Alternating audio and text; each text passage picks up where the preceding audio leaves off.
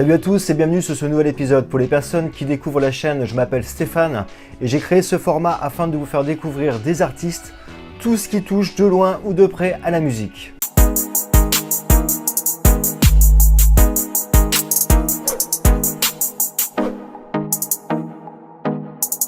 Aujourd'hui, laisse-moi te présenter deux créateurs qui, grâce à leur logiciel, ont radicalement changé la façon dont la musique électronique est pratiquée aujourd'hui. Déjà, Ableton, c'est quoi ?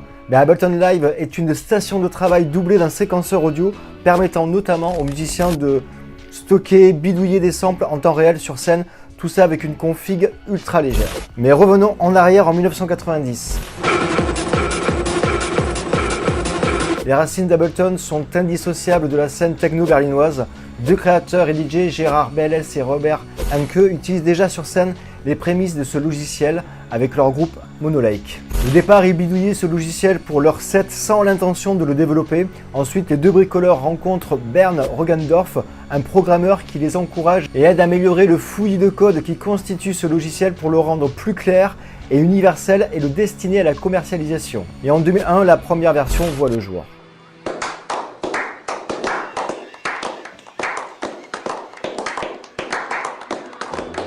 En 2015, Ableton Link émerge. Ce dernier permet aux utilisateurs des autres offres de la marque Live et Push Instruments de collaborer facilement ensemble. Depuis, Ableton Live est devenu un logiciel standard vendu dans le monde entier. D'ailleurs, pour la petite histoire, nos deux génies racontent que pour leur première présentation au salon, ils tombent sur un type et commencent leur démo pour au final se rendre compte qu'ils s'adressent à Hans Zimmer. Ce dernier repart avec le logiciel en ajoutant « Vous avez quelque chose de très intéressant là ». Si vous voulez plus d'infos sur ce logiciel, il existe peut-être dans votre ville des événements tels que Ableton User Group. Moi j'ai la chance d'être sur Bordeaux et de pouvoir assister à ces soirées. Ça m'a permis de rencontrer les utilisateurs de ce logiciel, débutants comme confirmés, et ça a donné ça. Ok, Jules, tu travailles à Espace Clavier à Bordeaux. C'est ça. Et donc explique-moi un petit peu ce que tu y fais et ce que tu fais ce soir. Donc je m'occupe de la partie du rayon high-tech, donc effectivement un peu toutes les machines qu'on a là, des synthés analogiques, de tout ce qui est lié au logiciel, à la MAO. Et du coup ce soir j'ai été invité par le Ableton User Group pour mettre à disposition quelques machines, le tout relié sur Live évidemment, et montrer un peu qu'Ableton ça marche très bien avec le hardware, que ça soit effectivement des instruments, des synthés qu'on va séquencer, automatiser avec Ableton, et des effets avec les external effects par exemple. Donc on peut intégrer tout ça dans Ableton très facilement. Ok, très bien. Et donc on sait que Ableton est plutôt ciblé pour la musique électronique, qui à la base était quand même lancé, c'était la cible, c'était les DJ, la musique électronique. Et toi tu fais de la musique, tu fais du rock. C'est ça. Et tu utilises Ableton aussi. Ouais. Pourquoi d'abord tu utilises Ableton et pourquoi pas Cubase ou d'autres logiciels ? Je pense qu'Ableton c'est un logiciel pour moi qui a été créé pour les artistes et pas pour les ingé-sons. C'est assez simple d'utilisation, ça se prend facilement en main, il y a quelque chose de très créatif. J'utilise beaucoup le mode session pour clipper des idées, faire des boucles très rapidement et voilà, c'est un peu ça l'idée de Live quoi. Nous en fait dès le départ on a choisi ce logiciel parce qu'on aime tout simplement son ergonomie, sa simplicité et aussi travailler sous deux thèmes différents, la partie session et arrangement sur laquelle on peut vite basculer. Et nous on a accroché direct, en fait comparé à d'autres logiciels qui étaient un peu plus complexes je vais dire, mais je sais que nous on a préféré ceci et on va dire que ça l'a fait et ça va faire maintenant 3 ans qu'on est dessus et on s'en plaint pas tout simplement. On peut s'adapter suivant le genre musical, qu'on fasse de la musique électronique ou non, on peut s'adapter, on peut avoir deux registres en fin de compte avec le mode session et le mode arrangement, on peut penser différemment, composer différemment, donc c'est vraiment...